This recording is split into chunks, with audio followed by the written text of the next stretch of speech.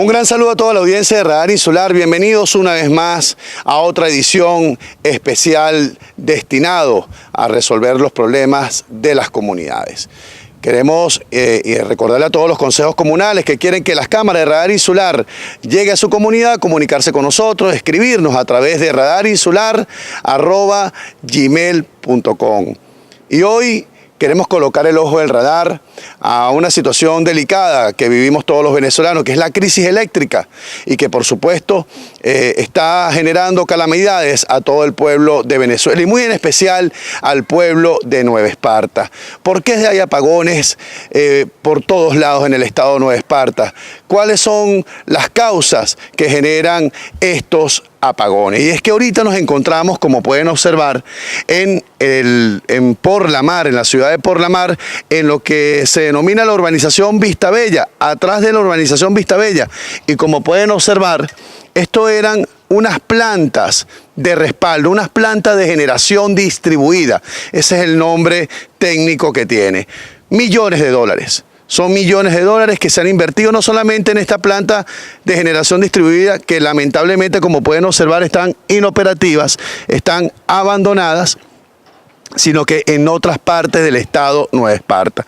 Millones de dólares que fueron invertidos y que no sabemos por qué se encuentra en esta situación.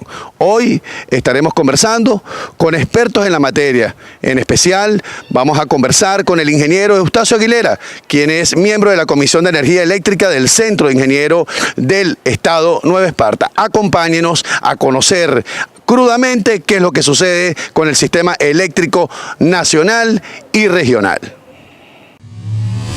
Ingeniero Eustacio Aguilera, bienvenido a Radar Insular. Usted que ha sido una persona preocupada en el estado de Nueva Esparta, conjuntamente con otros profesionales en la materia, sobre la crisis eléctrica.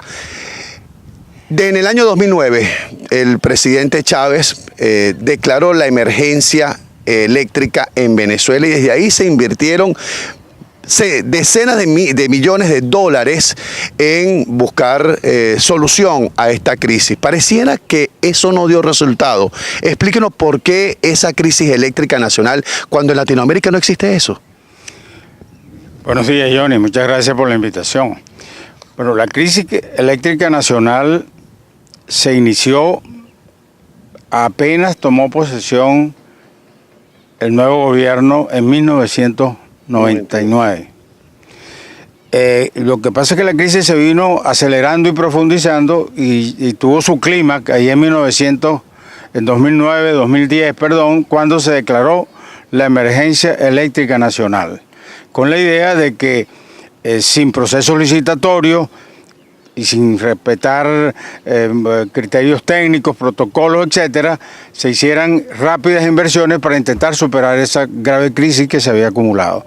Las causas de la crisis nacional son varias. El Colegio de Ingenieros de Venezuela hizo un estudio el año pasado donde se sintetizan esas causas de la siguiente manera. Primero, se creó un monopolio estatal en la industria eléctrica. Se creó la Corporación Eléctrica Nacional, que sustituyó a 14 empresas eléctricas públicas, mixtas y privadas que existían en 1999. Se funcionó en una sola. En una sola. Recordemos que existía la electricidad de Caracas, Cadafe, Edelca, exacto. Edelca sí se mantuvo, pero digamos en el Ben, en el Zulia, en el Bar en Barquisimeto, Seneca en Nueva Esparta. Entonces, en una sola, y eso creó un monopolio donde comenzó a privar lo político, las decisiones políticas sobre las decisiones técnicas y financieras y económicamente convenientes para la industria. Eso a su vez se tradujo en una desprofesionalización de la empresa eléctrica Corpoelec, porque al imperar lo político, muchos profesionales fueron desplazados, fueron despedidos, fueron jubilados anticipadamente, etcétera, y el recurso humano capacitado se fue debilitando. Eso a su vez trajo como consecuencia un abandono de la planificación de ejecución de proyectos de mediano y largo plazo que se venían ejecutando y otros que estaban planteados.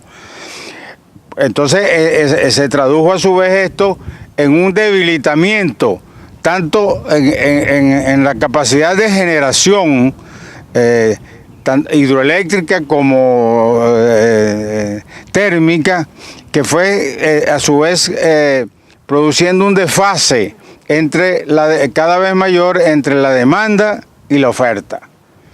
La operación del sistema eléctrico nacional decayó, se descuidaron las inversiones en mantenimiento preventivo y correctivo. El tema de la centralización, porque antes existían empresas privadas, empresas mixtas, empresas públicas, pero siempre el tema de la descentralización como que era lo que mantenía de alguna manera en óptimas condiciones todo lo que era el sistema de generación, distribución y transmisión de la energía eléctrica. Por ejemplo, aquí se echa a perder algo y hay que esperar que Miraflores mande los recursos porque Corpoelé no lo tiene. Inclusive, los recursos que recauda Corpoelé parece que subsidia otras instituciones en Caracas, ni siquiera en Nueva Esparta. Todos van a Caracas, todos los ingresos van al nivel central. Y toda la toma de decisiones, tanto operativas como administrativas, se toman en Caracas. Aquí los gerentes regionales no tienen autoridad ni para comprar un bombillo, por decirlo coloquialmente. Entonces la empresa se vuelve absolutamente ineficaz e ineficiente. Los problemas se van acumulando y el deterioro, pues por supuesto, aumenta. El presidente Chávez, cuando se creó la crisis eléctrica, una de las causas que decían, hablaban que del fenómeno del Niño, primero por la sequía, luego por abundante agua, luego hablaban de una iguana que entraban dentro de la transmisión de los cables eléctricos, de las torres, etcétera, etcétera. ¿Realmente usted comparte esa opinión desde lo que establece, no Chávez, el gobierno en general? Sí, las causas son las que estoy señalando. Entonces, la falta de inversión oportuna, porque además dentro de las causas está una serie de inversiones desacertadas. Las estimaciones del Colegio de Ingenieros de Venezuela hablan de que entre 1999 y 2014 se invirtieron alrededor de 46.000 millones de dólares. Y sin embargo, en los últimos años no hay recursos para mantenimiento ni para nuevos proyectos. ¿Qué pasó? Que muchas de esas inversiones se hicieron comprando plantas termoeléctricas usadas que no cumplían con los protocolos técnicos.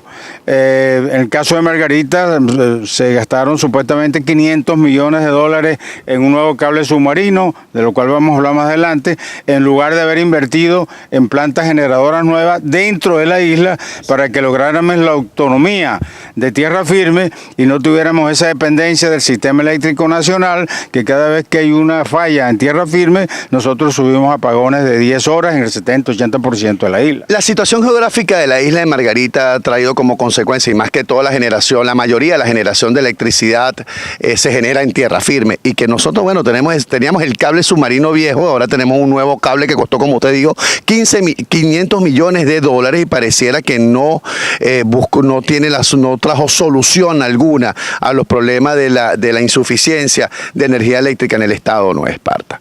Mi pregunta es, ¿tanta inversión que hubo en los últimos años se presume que deben estar plasmados en generación de electricidad?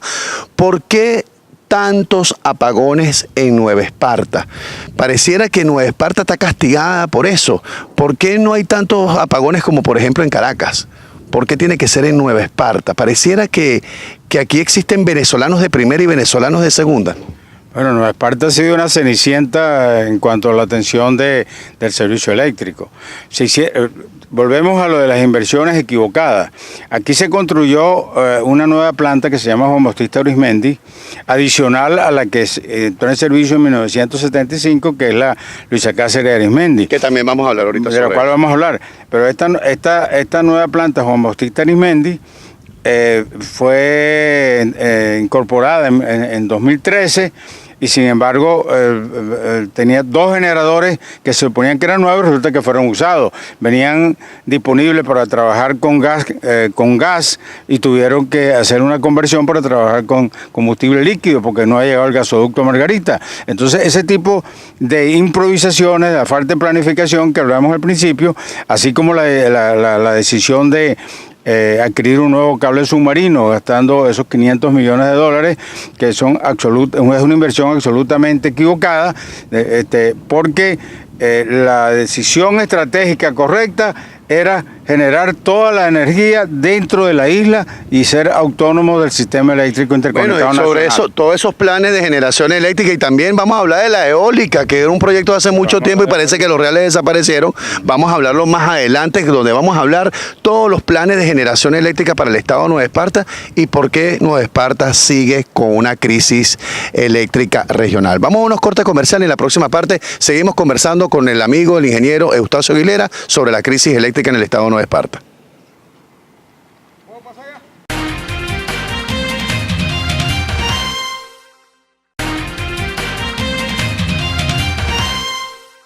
Vuelta en la segunda parte de Radar Insular, abordando el tema de la crisis eléctrica nacional y por supuesto la crisis eléctrica en el estado de Nueva Esparta, y conversamos con el ingeniero Eustacio Aguilera, quien es miembro de la Comisión de Energía Eléctrica del Centro de Ingenieros de nuestro estado Nueva Esparta.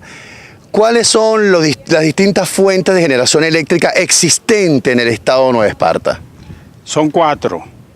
La planta Luisa Cáceres de Arismendi, que entró en servicio en 1975, que está en la vía de la Isleta. La planta Juan Bautista Arismendi, que es una planta nueva que entró en servicio en 2013. El cable submarino, antes existía uno viejo que entró en 1977, fue sustituido por uno nuevo que entró en 2014. Y luego una fuente adicional son las llamadas plantas de generación distribuida, que algunas se instalaron aquí. ¿Qué son estas? Son estas y en otros pueblos de Margarita, etcétera, suman un total de aproximadamente 100 megavatios en la isla y hoy apenas están operativos unos 10 megavatios, el 10%. Solamente el 10%. 10%. En cuanto a la planta Luisa Cáceres de Arismendi, está operativa aproximadamente en un 50%. La planta Luisa Cáceres de Arismendi un 45% y el cable submarino en un 50%. ¿Cuánto costó el cable submarino para todos los venezolanos y los neopartanos? En su momento se habló de que ese cable costó 500 millones de dólares.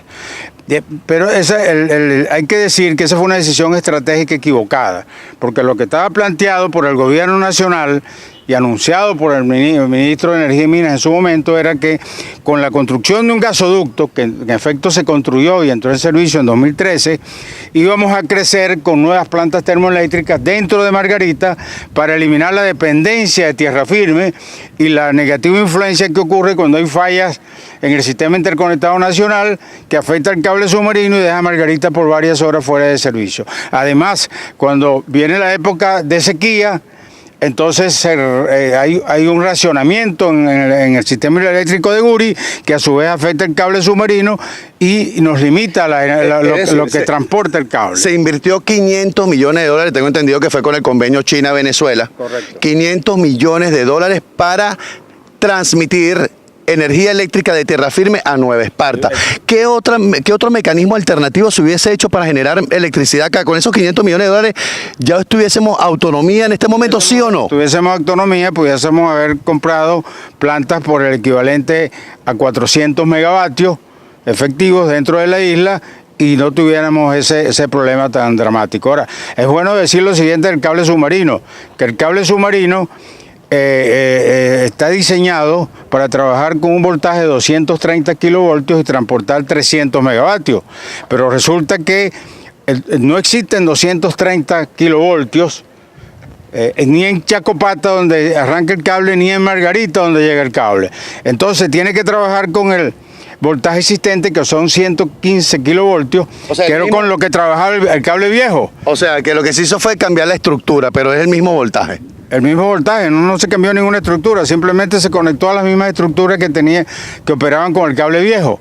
Entonces ese cable nuevo nunca va a traer su plena capacidad, nunca va a transportar los 300 megavatios. Y como ya dije, cuando venga la época de sequía, entonces su capacidad de transporte se reduce y caemos en una fase de racionamiento, como hemos estado últimamente, producto de averías en la planta Luisa Cáceres y Juan Bautista Arismendi. Ingeniero, yo recuerdo que hace mucho tiempo el presidente de la República, Chávez, presentó un proyecto de energía eólica. un proyecto que se iba a ejecutar en Península de Macanao.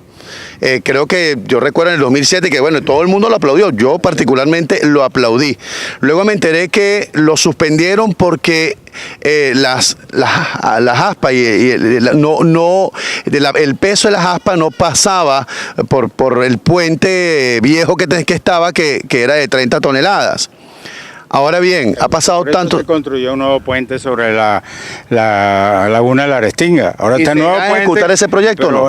No se ha hablado nunca más de ese proyecto, y es bueno decir que la península de Macanao, al igual que la península de Paraguaná, son las dos zonas de Venezuela cuyas características de continuidad y velocidad de los vientos son las ideales para proyectos eólicos. Ese es un proyecto que hay que seguirlo planteando, es una de las soluciones adecuadas para la Margarita, así como también la generación o la creación de una política pública para facilitar la instalación de energía solar. Perdón. Ya nos estamos yendo a la última parte del programa, que es justamente hablar sobre propuestas y soluciones, pero no podía dejar de hablar sobre este proyecto que yo creo que es esperado por todo el pueblo de Nueva Esparta.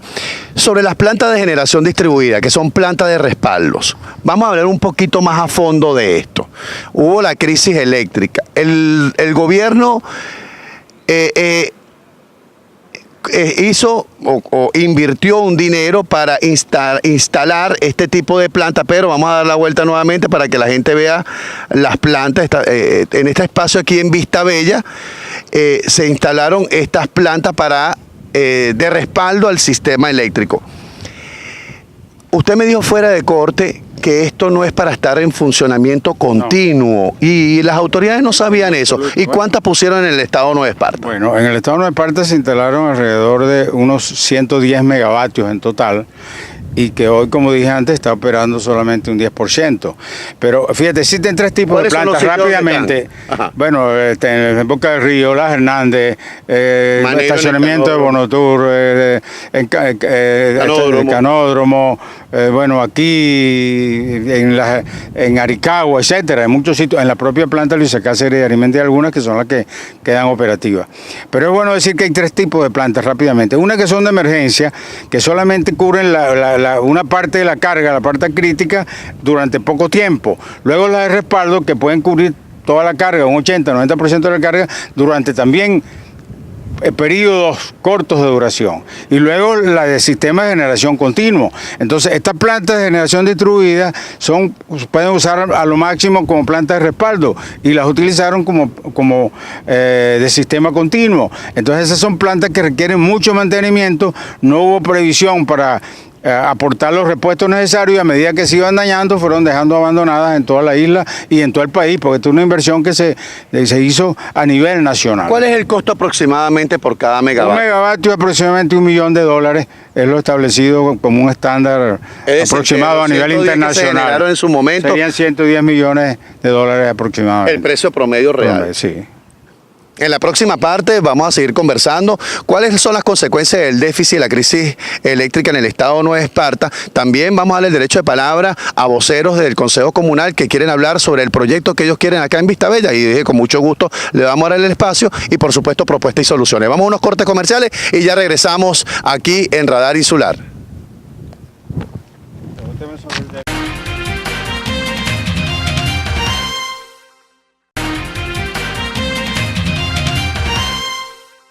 Vuelta en la última parte en este programa dedicado a la crisis eléctrica nacional y regional. Estamos con el ingeniero experto en la materia, Eustacio Aguilera, quien es miembro de la Comisión de Energía Eléctrica del Centro de Ingenieros del Estado de Nueva Esparta. Y queremos recordarle a todos los consejos comunales que quieren que las cámaras de Radar Insular visite su comunidad, escribirnos a través de radarinsular@gmail.com. Ingeniero Eustacio Aguilera, las consecuencias de la crisis eléctrica en el estado de Nueva Esparta. ¿Qué conlleva? ¿Paraliza el desarrollo económico? ¿Cuántos proyectos en el estado de Nueva Esparta se encuentran de distintas índoles, se encuentran paralizados por la falta de factibilidad de este servicio público? Sí, la crisis se traduce en un déficit de energía eléctrica, que nosotros hemos estimado en el Centro de Ingenieros de Nueva Esparta en un mínimo de 300 megavatios. Esos 300 megavatios hacen falta para atender todos los nuevos proyectos, y proyectos además terminados en Margarita y Coche, que no pueden tener energía eléctrica, no pueden entrar en servicio porque no tienen energía eléctrica. Y muchos proyectos nuevos a los cuales se le niega la factibilidad de servicio eléctrico. Asimismo, hay un racionamiento de hace más de un año a los hoteles de 9 horas diarias, a los centros comerciales. Eso se traduce en menos calidad de servicio y más costo para los usuarios. El desarrollo de Margarita está frenado por falta de energía eléctrica. Entonces, para suplir esos 300 megavatios, tienen que hacerse inversiones, como hemos referido, de plantas nuevas dentro de la isla, que no solo cubran esa demanda, sino que también establezcan una reserva adicional para cuando un equipo sale por mantenimiento mayor o por una avería que puede suceder, tengamos un respaldo. Ahí entra una planta de respaldo a suplir esa deficiencia. Y cuando venga la época de sequía, el famoso Niño, bueno, que no tengamos sino unos 50 megavatios por cable submarino, también tengamos cómo cubrir esa contingencia. ¿Tiene cifra exacta de cuántos proyectos de inversión están paralizados por falta de factibilidad de servicio? Como no, aproximadamente 150 proyectos grandes y unos 30 o 40 proyectos entre hoteles, clínicas, de todos los sectores, construcción, habitacionales, hoteles, etcétera. Entrando un poco más en las cifras de inversión, usted dice que cada megavatio cuesta $1 millón aproximadamente. El gobierno instaló estas plantas de generación distribuida, que son unas plantas de respaldo, que no tenían por qué instalar esto porque no iba a buscar soluciones. Puso 110 megavatios, es decir, $110 millones. Se invirtió $500 millones en el cable submarino. Ya estamos hablando de $610 millones aproximadamente. 150 millones en el gasoducto. Y en el gasoducto para generar electricidad, 250 millones. Estamos hablando de casi $800 millones. ¿Usted cree que ese dinero ya, si se hubiese invertido en proyectos alternativos, ya se hubiese combatido el déficit del suministro de energía eléctrica en el Estado? Por supuesto, porque con $400 millones hubiéramos tenido 5 generadores de 80 megavatios efectivos en Margarita, o sea, 400 megavatios, y estaríamos cubriendo el déficit y tendríamos reservas para la contingencia, y nos sobrarían 400 millones para proyectos como el sistema eólico de Macanao, avanzar en una política, como dije, para generar energía solar, y tener suficiente capacidad para dar servicio a todos esos proyectos que están quedando sin energía eléctrica. Y está sucediendo algo muy grave. Estos proyectos privados, cuando le dicen que no hay factibilidad, entonces construyen un parque de generación propia que lo que hace es contaminar la zona, aumentan los precios de los servicios que prestan, y en general estamos contribuyendo con un desarrollo anárquico en la isla de Margarita. Otra cosa que nosotros denunciamos en la oportunidad cuando instalaron esta máquina, nosotros tenemos información que estas plantas generadoras, yo quiero saber si eso es verdad, porque realmente no hemos tenido la valoración técnica de lo que a nosotros nos afirmaron. A nosotros nos dijeron que la Organización Mundial de la Salud ha vetado este tipo de máquinas porque es vinculante con el cáncer. ¿Eso es cierto? Bueno, hay una gran contaminación producto de que hay que suministrarle continuamente combustible líquido dentro de áreas residenciales o cercanas y el dióxido. El dióxido de carbono es un gas que hace daño a la atmósfera, es un gas de efecto invernadero comprobado a nivel mundial. Entonces, la tendencia en el mundo es reducir en lo posible la generación termoeléctrica y sobre todo con combustible líquido. Hablando de contaminación, vemos que no es la primera denuncia. Ya este programa se hizo porque varias personas de las comunidades nos han llamado de ver el estado de deterioro y de contaminación ambiental que están generando todas las máquinas de las plantas de generación distribuida en todo el estado de Nueva Esparta, como esta que está abandonada. Podemos observar pipotes, tambores de aceite botados, derramados en toda esta zona, donde es una zona residencial que está la urbanización Vista Bella, y la información que manejamos que cuando llueve todo este elemento tóxico termina y finaliza en la playa, justamente donde está la marina de Venetur, que es del gobierno. Mi pregunta es, ¿eso no es un delito ambiental? ¿No está penado? ¿Las autoridades por omitir lo que sucede no son cómplices, no tienen responsabilidad? Claro, aquí hay responsabilidad incluso penal, según la ley del ambiente, de protección del ambiente. Y por eso yo digo que si no se resuelve el problema de generación necesaria y suficiente dentro de las plantas Luisa Cáceres y Juan Bautista, sistema eólico, etcétera, esta generación distribuida a lo largo de la isla, no solo esta que hizo el gobierno nacional, sino las que tienen que hacer forzosamente los privados para poder tener energía en sus establecimientos, va creando un caos ambiental progresivamente en la isla de Margarita, cuando nosotros deberíamos ser una isla limpia, una isla ecológica, y la idea de traer el gasoducto a Margarita, que entró en 2013, era para que incluso los vehículos pudieran estar usando combustible gaseoso progresivamente y cada vez limpiar más el ambiente de la isla de Margarita, cosa que la cual no se ha avanzado. ¿Alguna otra propuesta, solución para la crisis eléctrica en el Estado? Para culminar, si quiere algo más tiene que de todo lo que ya dijo. Tiene que descentralizarse la empresa eléctrica, porque hemos hablado prácticamente de generación. No necesariamente es privatización. No es privatización, es descentralización, porque no hemos tocado el tema de la transmisión y de la distribución dentro de la isla. El 95% de las redes de Nueva Esparta son aéreas, son altamente vulnerables, y las decisiones sobre las fallas y mejoramiento de esos sistemas se toman en Caracas, lo cual evidentemente produce una falta de eficiencia enorme. Eustacio, encantadísimo que estés con nosotros en Radar Insular. No sabes cómo nos enriqueciste a todos los venezolanos con esta clase magistral de la crisis eléctrica en Venezuela y en Nueva Esparta. Gracias. Agradecido de verdad. Y bueno, recordemos a todos que en Radar Insular el pueblo es el que vale. Será hasta la próxima semana.